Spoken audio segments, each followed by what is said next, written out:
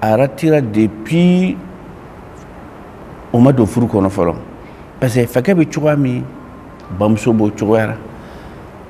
den b'o cogoyara bamuso bɛ cogoya min a ka cara fana denmuso b'o kɛ o cogoyara o la pour que an k'an ka denw préparer an ka denw labɛn k'o ladon ka ɲɛ ko o préparer pour que furu ni a ka nɔgɔya o ma k'a lɔn ka fɔ a ka ɲi ka daminɛ depuis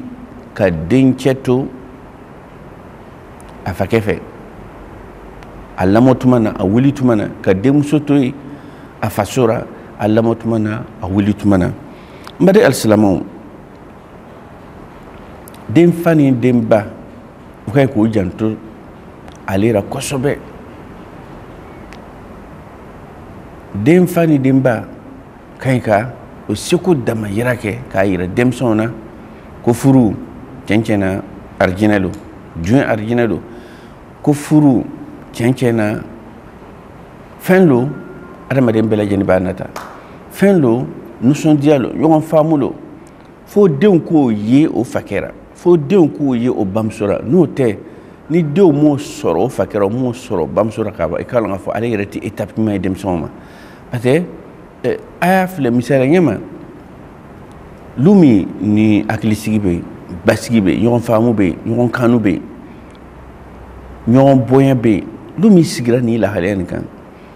denmisɛn min wulila a lamɔna nin lusuguya nin kɔnɔ cɛn na o den tɔgɔ la ni a ka furu tuma nana se a bɛ ladilikan fitinin dɔrɔn de fɛ a k'a bilasira n'a ye n'o tɛ a ye min ye a fakɛ fɛ a ka cara a bɛna taa olu baara ɲɔgɔnya o bɛna taa olu waliya n'a ka muso ye denmuso fana b'o cogoya la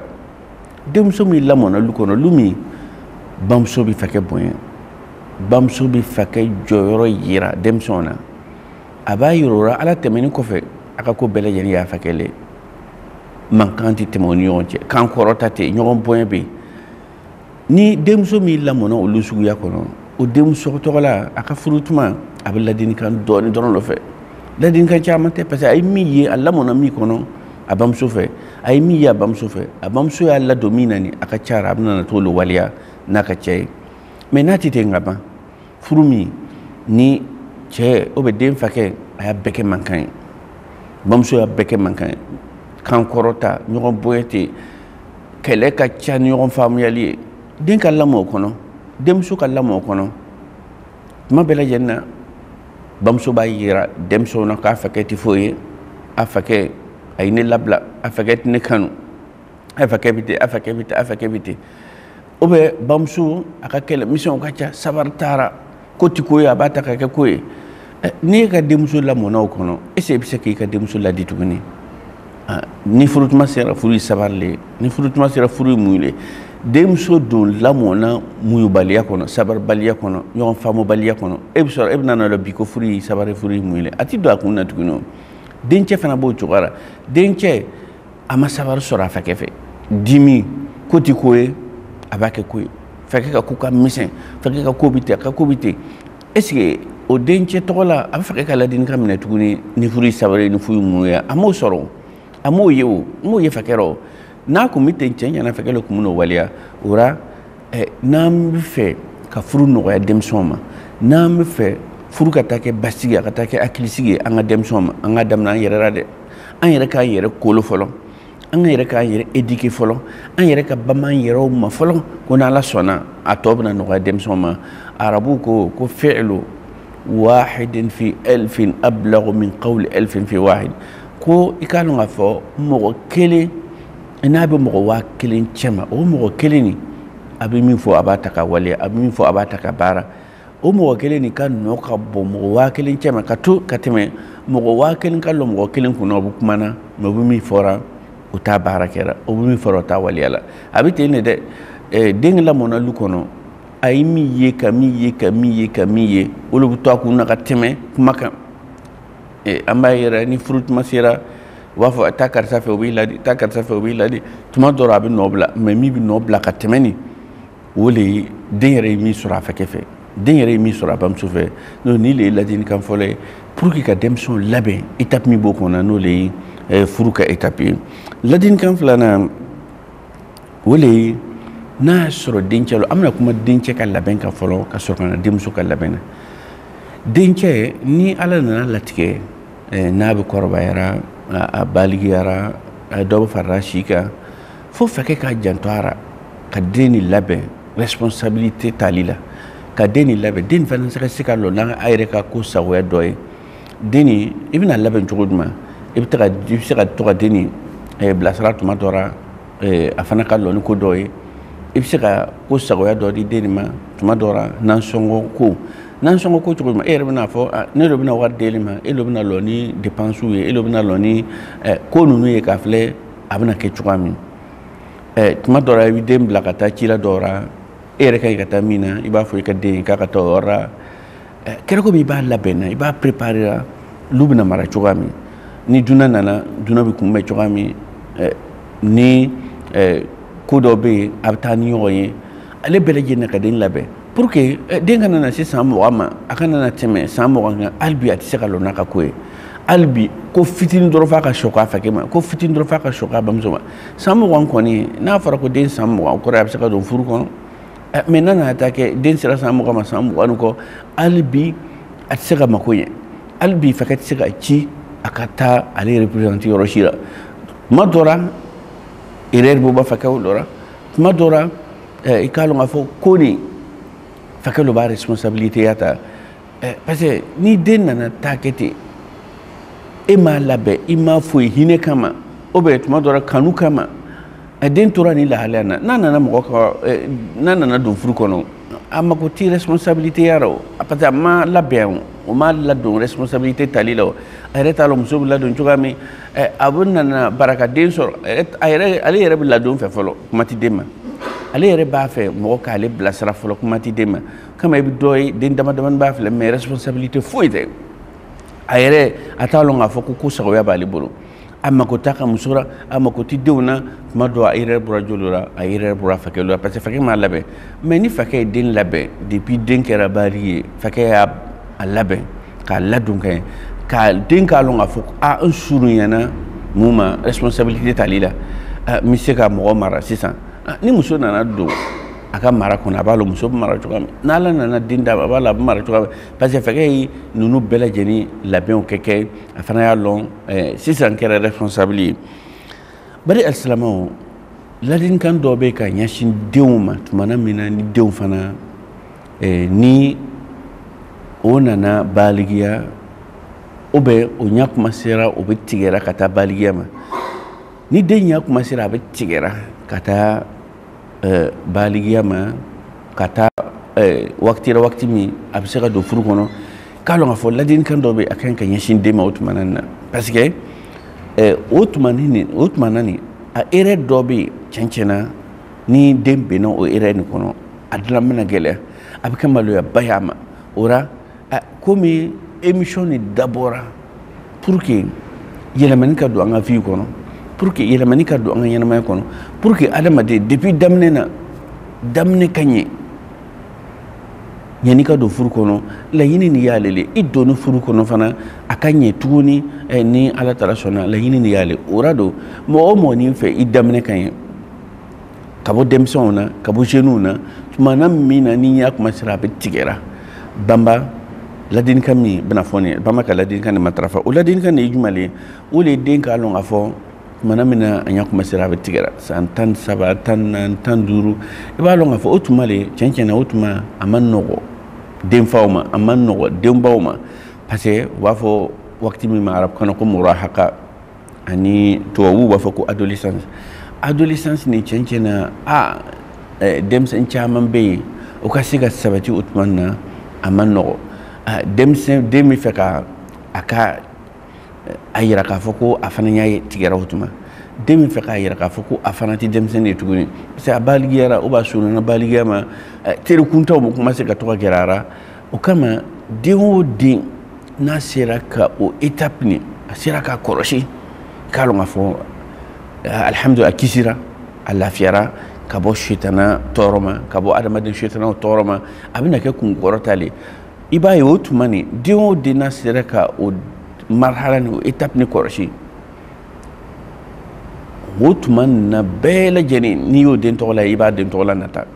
parce que i b'a ye k'a fɔ a ma nɔgɔ ni étape ni et puis den sera ka kɛ diinɛmɔgɔ ye den sera respect b'ara a bɛ mɔgɔ bonya a b'a yɛrɛ lɔn tiɲɛ tiɲɛ na ni den min b'o o étape na ni lahaliya nin kan bɛɛ lajɛlen b'a nata a ka kɛ i den o la don ya ne dencɛ k'i to ni étape na ladilikan minnu bɛna fɔ sisan i janto a la kosɛbɛ parce que comme a fɔra cogoya min étape lo a erreur tuma dɔ la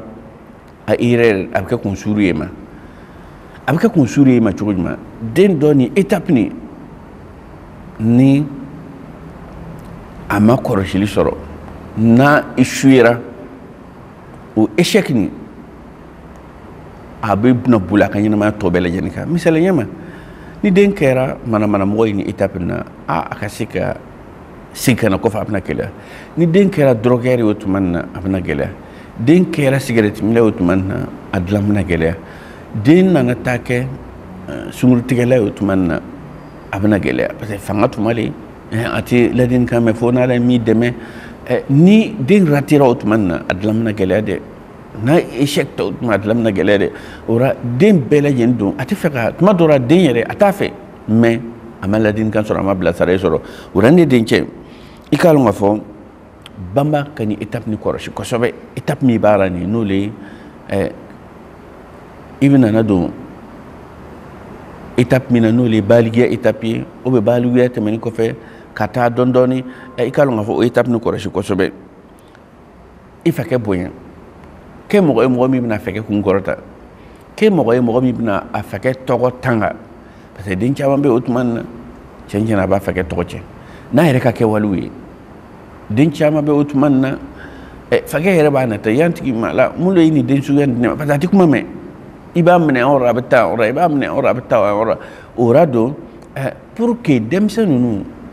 pour que i kana kɛ fɛkɛ dusukasibaga ye bama ka nin étape ni kɔlɔsi bama k'i janto ni étape na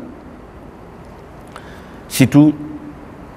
n'i ma se ka nin étape ni kɔlɔsi n'i nana don manamanako la comme a fɔra cogo min i nana den sɔrɔ k'i to nin étape na i mana na tilen cogo o cogo i k'a lɔn k'a fɔ i mana na miiri tuma o tuma a b'i tɔɔrɔ parce que e y'i ka mun kɛ i ka denmisɛnniya daminɛ ni manamanako ye den sɔrɔla e nana tilen o den tɔgɔ la i bɛna kɛ cogo ɲuman e yɛrɛ k'a filɛ kunsuru bɛ yen a tɛ se ka dogo la ni denmuso lo fana i b'a ye denmuso dɔ bɛ nin étape na a ma janto a yɛrɛ la komi an da bɛna na s'a ma cogoya min e yɛrɛ nana sɔrɔ a ye kɔnɔ ta a kɛra kunsuru ye surtout nin tuma nin fana nin tuma caman bɛ yen den tɛ se ka lɔn n'a yɛrɛ denmuso tɛ fana i b'a lɔn tuma dɔ denmuso bɛ taa jarabi cɛ dɔ la cɛ min yɛrɛ foyi t'a fɛ cɛ min yɛrɛ tuma dɔ si yɔrɔ ɲɛnama yɛrɛ t'a fɛ bon k'i fɛ kɛ kun suru k'i bamuso kun suru dencɛ fana b'o cogoya hali i nana tilen cogo o cogo i k'a lɔn k'a fɔ nin i mana na miiri la tuma o tuma a bɛna kɛ degun ye ma o la a y'a janto nin étape na a y'a janto nin étape na ka den to nin étape na a ka ɲi ka seli matarafa n'a banbara ka seli matarafa ka dun miseli kan ka to ka taa misiriw la mɔgɔ o mɔgɔ y'a ye ni lahala nin kan tiɲɛ tiɲɛ na a bɛna a kanu a b'a nata nin kɛ kɛ a denmuso cɛ ye a b'a nata ni bonya o bonya bɛ yen ou bien occasion présentera a ka nin den nin gɛrɛ a yɛrɛ la parce que a y'a ye den ka n'i to nin étape na i yɔrɔ janya tulo ma i yɔrɔ janya manamanako ma fandon cogoya mɔgɔ min mana ye a b'a lɔn k'a fɔ karisa b'a yɛrɛ kalama k'a lɔn k'a fɔ n'i kun kɔrɔtalen den ma den ka ɲi k'a janto nin étape na kosɛbɛ teri juguw ma a ka kɛ responsable ye teri dɔ bɛ yen kun kɔrɔta tɛ adamaden ma teri dɔ bɛ yen e yɛrɛ bɛ maloya k'a fɔ mɔgɔ ye ko ne terikɛ le ye nin ye a ka fandonta fan fɛ a ka kɛwalew fan fɛ o n'a ɲɔgɔnnaw o la don ne y'a lɔn k'a fɔ teri min yɛrɛ tɛ se ka waso n'a ye teri min e yɛrɛ t'a fɛ kɛ k'a lɔn k'i terikɛ le ye nin ye i t'a fɛ ka mɔgɔ sɛbɛ k'a lɔn k'a fɔ i terikɛ le ye nin ye teri min ye dogoya teriya ye teri min bɛna kɛ sababu ye ka i n'i fɛ kɛ ka relation tiɲɛ mun na i bɛ t'o ta ka kɛ i teri ye an b'a ye an b'a mɛn ka den to nin étape na nin san 10 kɔ ka taa san 18 nin tuma dɔ la tiɲɛ tiɲɛ na i bɛ den dɔ ye a bɛ deli sonyɛni na a bɛ kɛ sonba ye mun na teri sababuya la a bɛ kɛ dɔrɔmila ye mun na teri sababuya la a bɛ kɛ fakɛ ka wari tiɲɛla ye mun na teri sababuya la a bɛ seli ye ka to yen pewu mun na teri sababuya la a bɛ nana don jogo dɔ la jogo min a bɛna gɛlɛya tuma dɔ dɔw yɛrɛ bɛ kɛ dɔrɔgi ta ye tala ye e yɛrɛ k'a filɛ den min ni étape na n'a donna dɔrɔgi ta la a bɛ kɛ mun ye a ma a bɛ kɛ kunsuri ye a ma a bɛ kɛ mun ye a bɛ kɛ dɔgɔyama ye a ma a bɛ kɛ a fakɛ ka kunsuru n'a ye bamuso ninnu bɛɛ lajɛlen denmisɛnw a y'a janto a yɛrɛ dɛ a kana kɛ sababu jugu ye a bamuso ma a kana kɛ mɔgɔ ye mɔgɔ min bɛna a bamuso kun suru mɔgɔ min bɛna bana kuntanw sama ka se bamuso ma bamuso ka la ka dɛsɛ ka sunɔgɔ fakɛ ka la ka dɛsɛ ka sunɔgɔ n'ele yɛrɛ ka kɛwale ye n'ele ka tagabolo ye ko mun kama parce que i taara teri jugu ta ka kɛ teriw ye fakɛ t'a fɛ i ka kɛ nin ka kɛ teri ye munna i b'a ta ka kɛ teri ye bamuso t'a fɛ nin ka kɛ teri ye munna i b'a ta ka kɛ teri ye cɛ ko muso dɔw bɛ yen k'a to nin étape na a taara terimuso jugu sɔrɔ terimuso jugu min a bɛna muso ka ɲɛnamaya bɛɛ lajɛlen yɛlɛma den bɛ se ka lamɔ k'a fakɛ ka ni tuma na kosɛbɛ kosɛbɛ k'a fakɛ ka confiance sɔrɔ den o den bamara ka nin étape ni kɔrɔsi a y'a fakɛ ka confiance sɔrɔ i k'a dɔn k'a fɔ alhamdulillah fakɛ dusu sumana fakɛ lafiyara a ye bamuso ka confiance sɔrɔ a bamuso lafiyara a fakɛ bamuso dusu mina suma munna ni den bamuso ni fakɛ ka confiance sɔrɔ nin tuma na o tiɲɛ na alhamdulillah fakɛ ka confiance dɔn tɛ se ka sɔrɔ bamuso ka confiance dɔn tɛ se ka sɔrɔ ni tuma na fo den ka kɛ mun ye den ka kɛ den min a bɛna a lɔn k'a fɔ ko ale tiɲɛ na ale bɛ étape min na a bɛ kɔlɔsili fɛ ale bɛ étape min na a bɛ jantoli fɛ ale bɛ étape min na fo a ka banba a kana kɛ nkalontigɛla ye a ka teriw kɔlɔsi ɲɛ fila ni den taara kɛ nin tuma na ni ɲɛ fila lo fakɛw ɲɛfɛ a bɛ na ni lahalaya dɔ ye fakɛw kɔfɛ lahalaya dɔ lo e ka se k'i fakɛ ka confiance sɔrɔ a bɛ na gɛlɛya dɛ bamuso ɲɛfɛ e ye mɔgɔ dɔ ye bamuso kɔfɛ e ye mɔgɔ wɛrɛ i ka se ka i ka bamuso ka confiance sɔrɔ a bɛ na gɛlɛya dɛ i b'i ka kow dogo i ka kow gɛnni tɛ i k'a dɔn k'a fɔ i bɛ n'i bamuso ka confiance perdre i bɛ n'i fakɛ ka confiance perdre pour que o kana kɛ nin k'a dɔn k'a fɔ nin étape nin a bɛ kɔlɔsi nin fɛ denmisɛnw a y'a janto nin étape na ko ni ala sɔnna a bɛna kɛ kunkɔrɔta ye ni ala sɔnna a bɛna kɛ bonya ye an ma kosɛbɛ nin étape nin parce que den to nin étape na ni komi an y'a fɔ cogoya min a bɛ surunyana baaligɛli ma a baaligɛra sanda bɛ yɛlɛla dɔɔni k'a dɔn k'a fɔ ni den nana se n'a bɛ taara san 20 kɔfɛ den bɛɛ lajɛlen min ka kɛnɛ a bɛna commencer ka to ka mun lo miiri den o den n'a bɛ fɛ k'a yɛrɛ tanga a bɛna commencer ka to ka halala lo miiri n bɛna don furu kɔnɔ cogo jumɛn n bɛna n ka halala labɛn cogo jumɛn tuma dɔ la nin étape nin den ka commencer ka miiri halala la ka commencer ka miiri mɔgɔ min bɛna a bilasira a ka ɲɛnamaya tɔ kɔnɔ o tuma nin n'a y'a sɔrɔ den wulitɔ ɲɛna k'a dɔn k'a fɔ a bɛna siranya tɛna sɔrɔ n'a y'a sɔrɔ den bɛ milieu min na k'a dɔn k'a fɔ jatigɛ tɛna sɔrɔ parce que a wulitɔ ka a ɲɛ b'a la fakɛ furu kɛra arijinɛ ye a fakɛ ma furu kɛra arijinɛ ye a bamuso ma bɛn bɛ yen kanu bɛ yen o n'a ɲɔgɔnnaw ale ɲɛ b'a la a ka entourage ninnu bɛɛ lajɛlen na nin lo bɛ yen o tigilamɔgɔ siranya tɛna sɔrɔ parce que a labɛnna moralement a labɛnna psychologiquement mais tuma dɔw la den min n'a wulila lu kɔnɔ lu min bɛnbaliya bɛ yen lu min ɲɔgɔn faamu tɛ yen lu min a jawuli ka bɔ n'a hakilisigi ye fakɛ ni bamuso cɛ o den tɔgɔ la i k'a dɔn k'a fɔ tuma dɔ la a ka furu bɛ se ka yakari a ka furu bɛ se ka retarder n'a ye min ye nin hali n'a nana k'a bɛ don furu la i k'a dɔn k'a fɔ a bɛna don furu la ni jatigɛ ye parce que a b'a yɛrɛ k'a fɔ ne ɲɛnamayara min kɔnɔ ne ye min ye ni furu kɔni bɛ ten a ma nɔgɔ dɛ tiɲɛ a ma nɔgɔ fana e fakɛ ni bamuso yɔrɔ min ka ɲi ka kɛ hakilisigi yɔrɔ ye n'o bɛɛ nana kɛ mankan ye don a bɛ wuli ni mankan ye a bɛ wuli ni mankan ye fakɛ ma na hali mankan bɛ daminɛ fakɛ ma na hali bamuso bɛ mankan daminɛ bamuso ka misɛn fakɛ ka misɛn denmisɛnw ɲɛna a ti kɛ denmisɛnw kɔfɛ a bɛ kɛ denmisɛnw ɲɛna yɛrɛ de o den tɔgɔ la cɛ ɲɛna a ja bɛna tigɛ a bɛna miiri hali n'a bɛna n'a fɛ ka don furu kɔnɔ tuma dɔ la hakilisigi tɛ jɛwuli bɛ yen o la don mɔgɔ o mɔgɔ ni fɛ ka don furu kɔnɔ n'a y'a sɔrɔ jatigɛ dɔɔni bɛ yen o jatigɛ nin an bɛna o jatigɛ nin bɔ i la cogo jumɛn an bɛna o jatigɛ nin fase ka bɔ cogo jumɛn parce que tuma dɔ la tiɲɛ a ma nɔgɔ parce que e t'a lɔn e bɛna min ta n'a bɛna kɛ cogo min a bɛna kɛ komi i min ye wa ou bien a bɛna kɛ komi i min mɛn wa o la don jatigɛ nin an man kan ka jatigɛ nin ta ka kɛ an ka kunnasiri n'a ye k'an kunnasiri ni jatigɛ nin ye mais pour que ka jatigɛ nin ban ladilikan dama damani bɛ yen o ladilikan le ye jumɛn ye o de ye i k'a lɔn k'a fɔ ko furu bɛɛ lajɛlen tɛ kelen ye karisa échouera mais a filɛ ko karisa réussira ka furu kɔnɔ ninnu ta ma ɲɛ mais dɔw t'a ɲɛna o la don munna e tɛna miiri k'a fɔ e bɛna kɛ mɔgɔ caman mɔgɔ minnu ka furu ɲɛna e bɛ miirira e ja tigɛlen k'a fɔ ko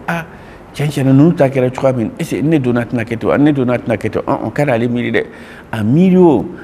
ko ninnu fana donna bɛn bɛ yen ɲɔgɔn faamu bɛ yen o bɛ sigi ka baro kɛ ni ɲɔgɔn ye o bɛ sigi ka dumuni kɛ ni ɲɔgɔn ye ni denmisɛnw nana nisɔndiya lo alhamdulillah a miiri ko e fana ta bɛ se ka kɛ komi ninnu ta nin ye kana miiri ko a bɛ se ka kɛ komi mɔgɔ dɔw ninnu ta minnu yi échouera u ka furu kɔnɔ ko n'ala sɔnna n'ele ka miiriya kɛra ten a bɛna dɔ bɔ i ka jatigɛ la filanan mɔgɔ o mɔgɔ yanni i ka don furu kɔnɔ surtout an bɛ den ma k'a to nin étape naani o de ye n'a bɛ surunyana furu ma a commencera a bɛ miirira a ka ɲi ka lɔnni caman sɔrɔ furu ka ɲana ka don parce que an ɲɛ b'a la an fɛ yan bi bi in na dɔw kɔni bɛ donna furu kɔnɔ mais min donna furu min kɔnɔ nin est ce que ne yɛrɛ b'a dɔn furu nin bɛ cogoya min na furu nin lahalaya bɛ cogoya min na a kɛwale bɛ cogoya min na muso nin bɛ cogoya min furu est ce que a bɛɛ lajɛlen alijinɛ le wa a bɛɛ lajɛlen dusudiya le wa i ka ɲi ka idée dɔɔni sɔrɔ o ko ninnu kan yanni ka don furu kɔnɔ ni kunfinya ye o la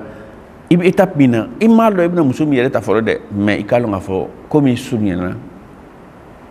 muso furu ma i bɛna commencer ka to ka information ɲɛnamaw ye a la lɔnnibagaw fɛ wajurukɛlaw fɛ mɔgɔkɔrɔbaw fɛ information minnu bɛ n'i bilasira yanni ka na don furu kɔnɔ ni ala sɔnna a lɔn yanni ka don furu kɔnɔ yanni ka choisi yɛrɛ k'a dɔn k'a fɔ kanu ni ani bɛnɲɔgɔnya ni basigi ni hakilisigi ni furu kɔnɔ a tɛ na yɔrɔnin kelen dɛ dɔn le parce que furu ye kabako ko le ye muso lamɔna lu wɛrɛ kɔnɔ e fana lamɔna lu wɛrɛ kɔnɔ n'a nana k'a ka sigi ni ɲɔgɔn ye n'a teliyara a man ɲi dɛ cɛ ka ɲi k'ale lɔn ka ɲi k'ale faamu k'a fɔ ko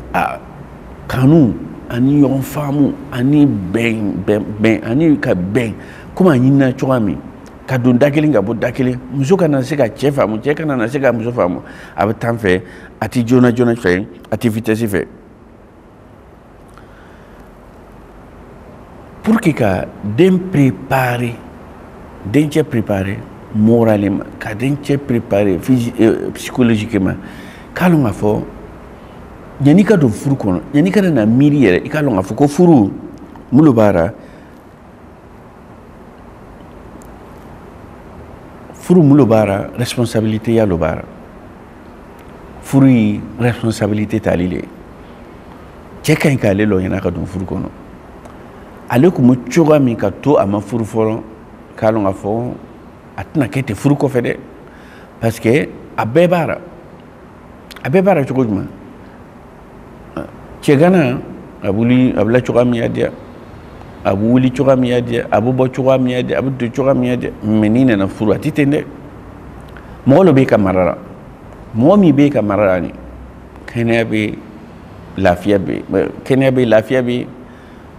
a bɛ se ka kɛ fana don dɔ la a man kɛnɛ den bɛna nana den ka kɛnɛ bi den man kɛnɛ sini u n'a ɲɔgɔnnaw responsabilité ka ca nansɔngɔbɔ bɛ yen ko wɛrɛw bɛ yen ka fara kan den ka ɲi k'a lɔn k'a fɔ ko responsabilité le ye furu ye a kun bɛ cogoya min a tɛna kɛ ten f'a k'a yɛrɛ labɛn o labɛn nin na ka taa kɛ n'a bɛ donna a bɛ don ni lɔnni ye a bɛ don k'a lɔn k'a fɔ ni kun tɛna kɛ kelen dɛ bali n bɛna préparer n bɛna jɔ responsabilité nin kɔrɔ komi a ɲinina an fɛ cogoya min i kɛra fakɛ kun ni kun tɛ fakɛ mais i kɛra fakɛ kun na kun bɛ fɔ ko furu cɛ mais bi kɛra fakɛ den min donna i ka mara kɔnɔ nin i bɛna kɛ cogo jumɛn imprévu bɛ se ka na urgence bɛ se ka na den ka ɲi k'a lɔn k'a fɔ furu kɔnɔ nin bɛɛ bɛ yen dɛ e kana n'a fɔ muso man kɛnɛ ko non e kun b'a lɔn ko ten dɛ i muso tagali kɔnɔ kɛnɛya bɛ lafiya bɛ a nana i fɛ dɔrɔn bana wulila i bɛna sigi a ti sigi dɛ parce que furu ye responsabilité y'ale ye an bɛna lɔ yɔrɔ la ka ɲini ala ta fɛ ala ka émission ta yira an na pour que an ka se ka continuer ni nin ye ala ka an bɛɛ sababa ma ala ka du basigi wa sallallahu ala nabiyyina muhammad wa ala alihi wa sahbihi wa sallama tasliman kathira lillahi hadi ar-ruh kam tashtaqu.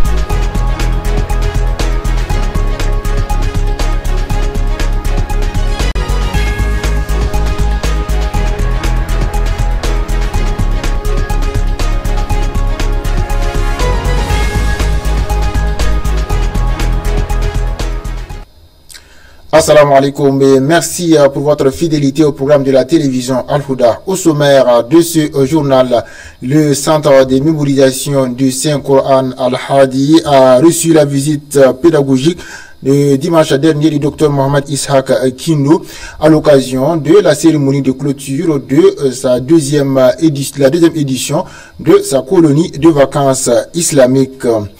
Et puis le complexe scolaire de l'excellence Al-Amin du Bazar.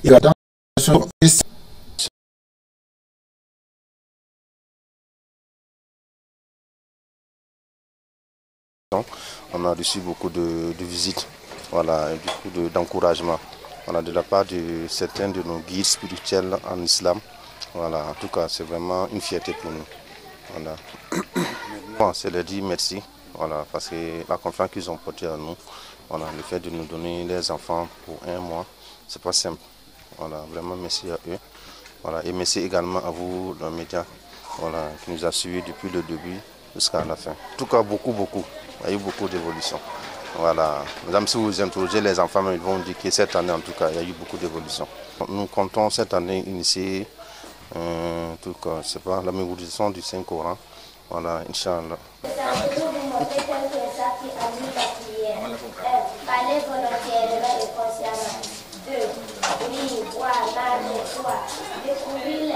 Alhamdulillah Rabbil Alamin, vraiment on remercie Allah subhanahu wa ta'ala. Aujourd'hui on est tellement content, on est satisfait de ce qu'on a vu ici aujourd'hui. Vraiment on dit Alhamdulillah parce que la clôture ça s'est bien déroulé. Voilà, on a eu des visites de cheikhs qui ont venu prêcher,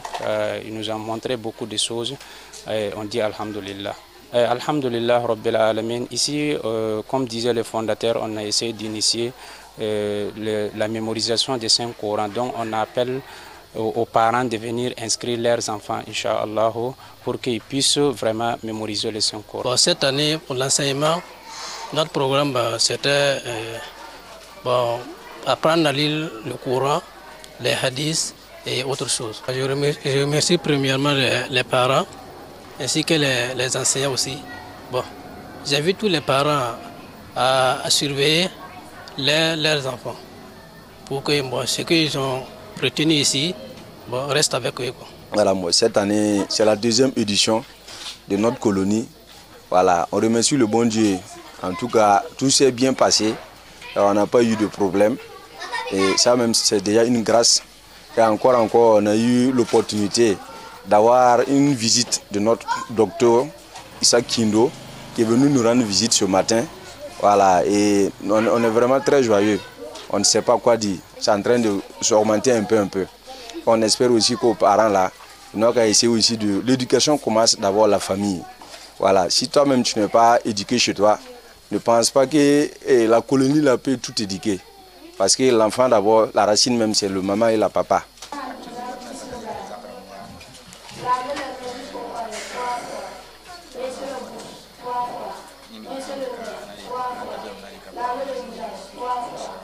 Lavez le pied jusqu'au cou.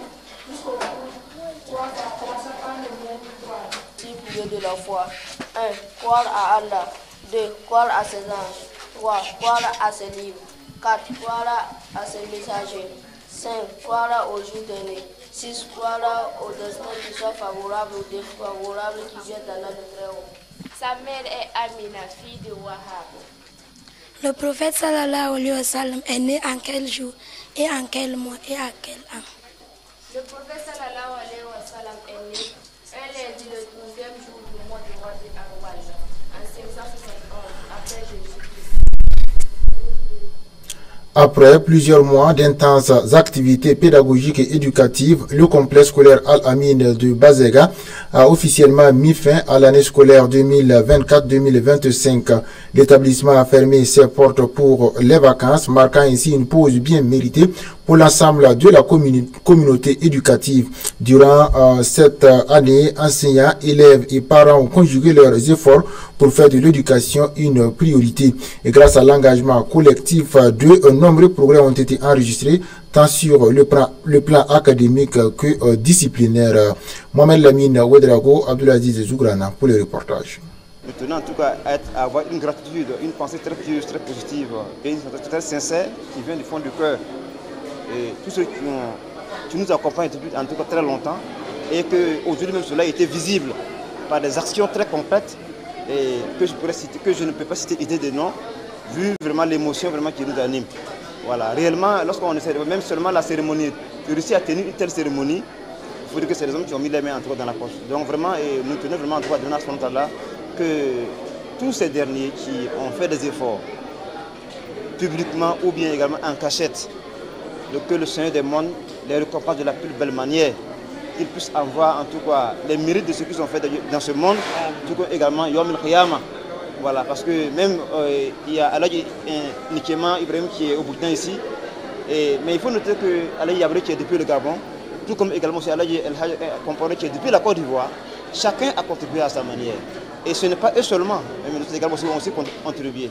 Dans un premier temps, nous avons jugé nécessaire que pour tout ce qui concerne l'enseignement et le savoir et la science islamique doit être accompagné. C'est dans cette mesure que nous nous sommes engagés pour accompagner cette cérémonie du podium de l'excellence au compte du complexe scolaire Al-Amin de Bazega. Bon, il faut dire que c'est avec une joie immense et c'est aussi toute une première fois que nous assistons à ce type de cérémonie qui est couronnée par plusieurs types de compétitions. Vous étiez tous là au début, vous avez pu assister à une première cérémonie qui consistait le sport. Le sport, vous savez, pour se maintenir en forme, il faut pratiquer le sport. En dehors de ce sport, j'ai vu que l'établissement a aussi, ils sont très avancés dans l'enseignement classique, qui est l'enseignement général, et aussi dans l'enseignement, dans la science divine, qui est l'enseignement coranique. La formation est venue compétitive et on a fourni un peu d'efforts. On a demandé un peu à Allah de nous accompagner. Et même si vous pouvez demander aux enseignants souvent, on vient les dire qu'on vient les dire, mais c'est aussi nécessaire. C'est aussi une compétition, mais tu fais ça, tu augmentes en connaissance. Donc, tu gagnes pas, c'est la même chose. C'est pas parce qu'on peut dire que nous on ne peut que des trucs. Non, c'est pas comme ça, c'est Dieu qui nous a accompagnés. Voilà, et pendant la compétition, je pense qu'il n'y a pas eu quelque chose. La jeunesse a l'honneur au centre islamique Darul Haq, situé à Benougou, dans la capitale Ouagadougou. Ce dimanche 3 août 2025, le centre a abrité la cérémonie officielle de clôture d'une colonie de vacances organisée au profit des jeunes et adolescents du quartier et au-delà. Une journée riche en émotions marquée par les récitations du Coran, des remises d'attestation, mais aussi des messages d'encouragement et de foi islamique. Pendant plusieurs semaines, Ces jeunes ont bénéficié d'un encadrement spirituel, éducatif et récréatif dans un cadre sain et fraternel. L'objectif de cette colonie était de permettre aux enfants de profiter de leurs vacances dans un environnement islamique sain, tout en développant leur talent, leur foi et leur sens de responsabilité au sein donc de la société. Reportage signé Moussa Goula. Darul Haq a organisé à la date du 23 juin au 3 août des cours de colonie et cours de vacances au profit des élèves, filles et garçons. Et aujourd'hui, nous sommes là pour la clôture. Et comme d'habitude, on a appris ce qu'il faut apprendre aux enfants. Maintenant, ce qui nous tient à cœur est que les enfants arrivent à mettre cela en pratique et que cela soit bénéfique aux enfants ici-bas et dans l'au-delà. Nous, des parents, ce sont des encouragements et quelques conseils. Nous leur demandons de suivre les enfants pour qu'elles n'oublient pas ce qu'ils ont déjà acquis ici. Par exemple, il y en a qui ne connaissaient rien, ils sont venus ici. Ils ont pu finir la lecture de l'alphabet arabe et ils sont à mesure de faire quoi?